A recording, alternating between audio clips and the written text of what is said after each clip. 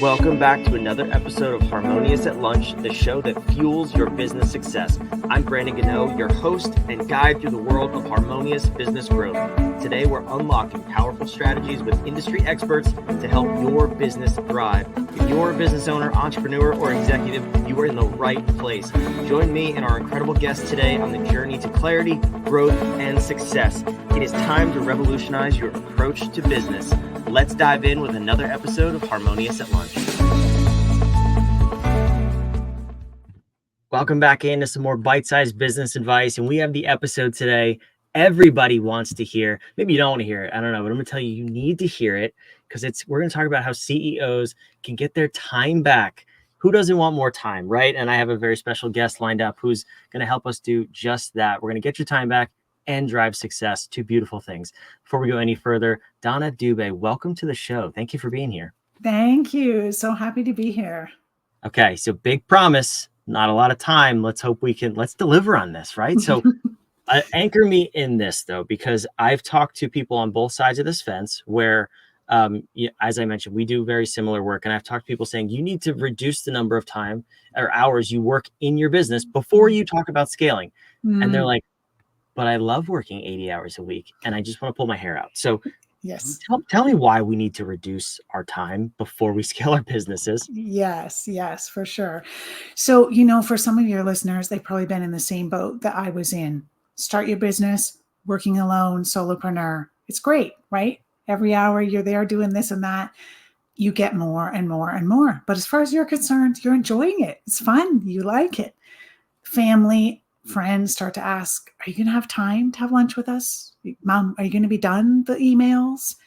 And this is what happened to me when I started my business. And I was working 24/7. I didn't have a problem with it, but my family did. And finally, at some point, my husband came and said, listen, something's got to change here or this situation was going to break. And I was like, oh, it doesn't need to be that harsh. I'm doing okay. And so that's when I really had to step back and say, how can I grow this business without me having to be in everything, right? And yeah, the first off advice is hire somebody, but you have to put some things in place before you're ready to do that. And so if you don't set yourself up to not have to work 24/7, you're on a one-way track to burnout. Thankfully, I had someone who stopped me before I got to that point. I didn't see it coming, but it would come, right? And we don't want to get to the point where it's really critical and we have to stop our business. We have to be hospitalized. We don't want to go there. And so while you right now, you may be feeling, 80 hours is great. It fits with my lifestyle and everything. It's not sustainable. And I'm here to help business owners build sustainable businesses, not one that's going to burn you to the ground. Yeah, amen to that. I've been there too in the past, and it sucks, right? Having someone else approach you and give you that sort of ultimatum is brutal, quite frankly. And it's either that or the hospital bed, like you said. Like there will be something that ends that run of 80-hour weeks, and we want to get there in advance. But I also see that most entrepreneurs who are in that situation, they even use it as like some sort of a drug, right? They're addicted to working so much and they can't even see the forest through the trees to say, I am spending my time on the wrong things, which is why I'm working so much. So in this conversation we're having about working less, I mean, where do you find yourself starting with people to really show them where they're at in their business? Yeah, for sure. So one thing I like to do is a strategic to-do list. And where this comes from is imagining all the things that happen in your business, and they can fit into two buckets. One bucket's called maintenance, and the other one's called growth. So if we think about things in maintenance, it's like your invoicing, your bookkeeping, changing something on a landing page, sending out emails, social media content. Sure, that needs to be done in your business, no doubt. But we have to step back and question, does it have to be done by you as a business leader, right? Then the growth level task, this is where you're really seeing that return on investment. So your partnerships, your networking, creating new content, new programs, offers, services, teaching in someone else's mastermind, podcast guesting, right? You cannot delegate that to someone else on your team. You can't delegate that to some software tool. Those are things that have to be done by you. And that's where you see the highest return on investment. And so as business leader, you want to make sure that you're spending time each and every week in those growth level tasks. You want to make it a habit so that you have time blocked off in your calendar to do those growth level tasks. And that's where you're going to see that momentum and that build of your business. And so how we do that is really simple. It's called the CEO score. And so basically you look at what your revenue goal is for the year and divide that by the number of weeks you want to work. And that will give you a number. It's not a dollar amount that you're going to make or that you're going to pay yourself or anything like that. It's more about your energy and your sweat and your blood and your tears to get there, right? And so the higher the revenue goal you want, the more time you need to spend on those CEO level tasks. And this makes sense if you think about like a big business, right? Microsoft, Nike, Apple, like the CEOs are not in the weeds. They also have a lot of people underneath them to support them, right? And so they have a very different CEO score than you're going to have as a small business owner. But you can see that as your business grows, you need to spend more time on those growth level tasks. So that's sort of where we start. And then we take that to-do list and we hit it strategically. So no more cherry picking about, oh, I think I'd like to do this thing, or I really like that, and not hitting the list well. Start at the top and do one thing after another. No, we want to be strategic with the time that we have, right? So whether that's 20 hours a week or 30 hours a week, whatever you're devoting to your business, you want to be strategic with that time. And so we want to look at what are the things that are going to give me that return on investment, right? And it's usually things that are important, meaning they're revenue generating, and they don't have an urgent deadline, meaning they don't have to be done by next week, Tuesday, like your taxes, right? And so really by breaking up that long to-do list into 4 different quadrants called the Eisenhower matrix, we can see where we need to be putting our time as CEO, and then how we're going to delegate the other tasks. So some things we can delegate to a human, some things we can delegate to a software tool to help us automate, right? And some things, shockingly, we're going to stop. Because as business owners, we start piling on one thing after another, another strategy. Oh, my business bestie's doing this. Oh, I heard about this. I'm going to add that. But we don't step back and look, is this giving me a return on investment? Is this actually having the people who are seeing it take action? Whether that's joining your thing, buying your program, getting on your email list, whatever action you want them to take. And so if you're spending time doing a strategy and it's not giving you a return on investment, then let's stop. Yeah, I love that advice. And it's so hard for people to hear too. I remember talking to somebody a few weeks ago, and they were spending hours a day on social media, on multiple platforms. And I was just, I threw out the question. I was like, why? And Mm-hmm. the answer was, well, because I have to be on social media to grow my business. And I was like, that's cool. That's everybody says that. I believe you to some Mm-hmm. degree. And I was like, what sort of a return do you get from social media? And they're like, well, none really, but I think I have to be there. And you can see the certainty start to drop, right? So in that sort of a scenario, I'm a social media hater, so don't take advice from me. But in something like that, like how are you identifying what is the real revenue that comes from all these different activities? And then how do you start to work with your clients to prioritize? Like, okay, you're making effectively $2 to $3 an hour when you're on social media, but you're making $600 an hour when you send emails to like these particular clients. How do you Yes. approach that conversation and the Yes. strategy too? Yeah. And you hit the nail on the head. It's a lot of times bringing that objective data, right? So exactly how much you're making per hour when you do that task versus something else. Because you're right. I'll get frequently from clients, but I like doing, right? I'm good at doing, right? And it's not that we want to take away what you like or what you're good at, but as business owner, you have to be strategic with what you do. And so when we bring it and say, yes, you're making this much an hour changing that Canva image, when you have a team member sitting over here who's significantly less per hour than you are, let's delegate that to the team member, right? Versus, you know what, you have a chance to go teach in someone's mastermind next week. You're just about to say no because you think your schedule is too busy. But that's where you're actually going to make much more per hour, right? The chance of having much greater return on investment. So let's get rid of some of those other things on your schedule so you have space to be able to say yes.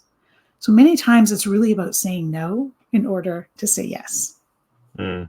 Yeah, and that's where the drug comes back in, right? Because it feels so good to just work in Canva for 30 more minutes and get that font just, oh, so perfect. Yes. Um, we can Yes. make fun of this all day long. But okay, so Yeah. once we have our eyes opened now to where we're spending our time, how much we're making per hour, essentially, per activity, and you've developed the strategic to-do list. Then what do we do next? Because it's one thing to know, it's another thing to execute, and it's about Mhm. the long-term sustainable execution. So how do we get into the practice of doing that? Yes, excellent question. So, what I like to encourage my clients to do, and what I do for my own business, is institute what I call a CEO Power Hour. So, you may have heard people saying, oh, I have a CEO date once a week or once a month, or sometimes when I think I should.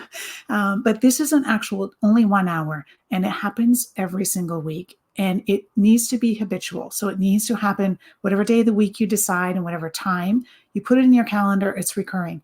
Nothing else gets in its way, right? It's just as important as that sales call. And you're like, okay, what do I do during that hour? So, what you do is three things: review, reflect, and prioritize. So, you're going to review where you are currently in your business. You're going to review the time you're spending, you're going to review what's happening. You're going to reflect on what's coming up, right? So, when you're reviewing, you're like, okay, here's my revenue goal. Where am I this month compared to my goal? Because yes, we want to be reviewing our revenue goal on a monthly basis, not waiting 6 months and saying, oh, I'm not going to reach my target. We want to be on top of that target, because when we're on top of it, we can do something about it, right? When we measure it, it grows. And so by measuring that revenue goal, now we can say, okay, I'm not going to meet my target for this month right now. What can I do? Maybe I can reach out to a few clients, right? Maybe I can do a flash sale. Maybe I can do a training and then sell off the back of that, whatever it is in your business. But that's where the strategy then comes in, that you as business leader can like, I can do this to get a boost in revenue. So staying on top of the revenue. The other metric I really encourage everyone to track is how new people are coming into your world. Because we so often will get in this feast or famine mode where, oh, I need clients. And so we're busy marketing. We get people in the door, we get clients. Now we're busy doing client delivery, and we might drop the ball on marketing. We're not doing as many of those activities. And then our pipeline dries up. We need more clients. Oh, back to marketing again. And so our revenue is like a roller coaster, right? We're not going to flatline our revenue by any means, but we can reduce that roller coaster by having systems and processes in place so that we're doing marketing every single week. We're on top of it every single week. And so by really looking at where am I, how many people am I getting into my business? Is there a different strategy I can use to get people to know me? Am I nurturing people? So once they're with me, how am I making that connection with them? Whether that's through email, whether it's through podcasts, whatever it is you have, but you want to be making that connection with them. And then am I actually inviting them to join me, right? To buy my program, offer, or service, whatever you have. And so staying on top of those and making sure you have a system that runs in the background is the next step. I love that. And do you ever scale that up? That percentage of time you spend in your CEO hour? And like, what are the markers that you should actually be doing that more? Yeah. So I keep it as just 1 hour to do that review and reflection. But then from there, you need to go to your calendar and put those important things in, right? Because if you're anything like me, if the priorities aren't in your calendar, you're not happening. And so how you decide, okay, what are my top 3 priorities this week? That's when we're going to go back to our strategic plan. What are my 12-month goals? Breaking that down to 90-day goals, breaking that down to monthly goals, because it's so much easier to chew one bite of the sandwich than the whole thing, right? So our big 12-month goals are huge. We can't sometimes think about what the next step is until we break those down. And so really doing that planning ahead of time so you know, what's my next step to get 1% closer to my goal. Yeah, that's a great point. And something that I find too, I'm curious to hear your hack on this or your Mm, trick if you have one. yeah. So our clients all the time is what they'll do is we'll set up those 12-month goals, the 3-month goals, and what are the daily things we need to execute on. And they love it and they're jacked up and excited and their whole team's excited. And then 3 weeks in, their Mhm. team's still excited. Everybody's awesome. Everything's moving along. We're getting results. But the entrepreneur comes back and is like, you know what? I want to do this other thing now. And I'm like, Mm. you're being dumb again because that's not what we agreed on. We said consistent, sustainable execution, and you have a squirrel brain over here, and you want to change every 5 minutes. Um, Yes. how do you get people just even if you've done everything right so far, you have your CEO Power Hour? How do you get people to continue to focus on that one thing? Because sometimes it could be boring, but it is effective. Yes, 100%. And I so hear you on this because it's so, so common, right? Visionaries have a lot of good ideas and they want to jump quickly from one thing to the next. But we need time to let our strategy build and get momentum to see those results. And so, what I encourage them to do is have what I call an idea parking lot. And so, it's either a Google Doc, it's in your project management tool, whatever you're using in your business, but it's an actual dedicated space. And when you get one of those ideas and you're like, oh, I really want to do this, we put it in the idea parking lot. Depending on who you have on your team, if you have a right hand person, when you meet with that person on the weekly basis, you bring it up. I've got this great idea. It's in the idea parking lot. Great. Does it fit and does it align with what our goals are right now? Most of the time, it doesn't. And so it stays in the idea parking lot. If it does align, good. Now we have to look at capacity. Does the team have time and capacity to be able to bring in another idea? Or are we going to have to let go of something to bring this in, right? That sort of discussion needs to happen with usually someone on their team because it's hard for them to do that themselves. But having that idea parking lot helps. And then what you do is every quarter, before you go to make that plan for the next 90 days, let's look and see what's in the idea parking lot. Because sometimes now some things fit. We're going to move something out of there. But really to have that holding space to put those ideas. All right, Donna, be real with me. Is the idea parking lot Yeah. the trash can? No, Every now and not then, at all. if there might be some overlap. I don't know. Idea parking lot, suggestion box. They might all bleed together. Donna, No, I we love this. honestly do look at it in the next 90 days. No, I support that. That is a good idea. Well, actually, fun fact, something I've found along those lines. This is for me personally. Um, I've never called it the idea parking lot, but I have a like a Google Note on my Yeah. phone, and I'll put ideas in there and work off this same principle. Like it's not now, it's not within the goals, but I'll put it there. I actually don't look at what's on that list before I put something new in because I'll notice if I put the same idea in 3 or 4 times over the course of a quarter, that's a really Mm. powerful idea.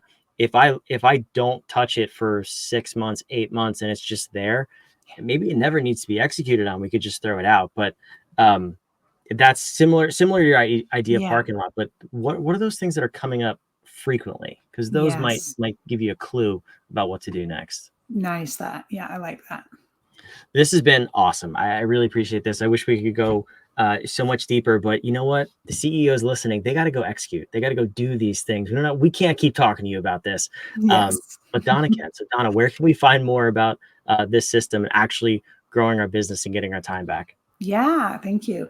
So my website is ceoamplify.ca. And when you go there, you can find a little bit more about me and what I do. As well, there's a free resource, which is your CEO Power Hour playbook. And so if you've been listening and you're like, yeah, I want to institute one of those power hours, but I'm just not sure what to do, this is just a quick PDF that will walk you through each of the steps to do inside your power hour so you have effective time. That's awesome. I love it. It's on the screen here if you're watching, if you're listening, it's both places. It's down in the show notes below, so you can go click over there. Check out the playbook and all about Donna on her website too. This has been fantastic, Donna. Thank you so much for being here. And I love to end these episodes with more power for the listener, with a powerful question, though. So we believe at What If, powerful questions get you powerful answers. And in terms of what we're talking about today, about getting your time back, scaling your business, getting more focused, What is that powerful question that you would want the listener to be asking themselves until they get the powerful answer about this topic? Yes. Okay. So I think my question would be, if you were paid $1,000 an hour for the time that you work tomorrow in your business, what would you be doing for that $1,000 an hour? That is a good question. I'm going to try to figure out a way to go get paid to sip martinis on the beach. Does that count? Am I on the right track? Not quite. Okay. I may have ruined your question, but in all seriousness, No. that's a fantastic question. I think if more people asked that and just waited and paused until they got the answer, you'd see some pretty significant business growth. Yes. Donna, thank you so much for being here. This was fantastic. Thank you. Glad to be here. And for you listening, wherever you're watching or listening, make sure you subscribe. We love having you here. We love putting these episodes on 5 days a week to help you grow your business, get to that next level, and of course, get your time back too. What are we doing here? Work less, make more. It's not in a scammy way though. Like these are the real principles to go execute, make more money in your business and not work your life away. We'll see you on the next episode of Harmonious at Lunch. Thanks for being here.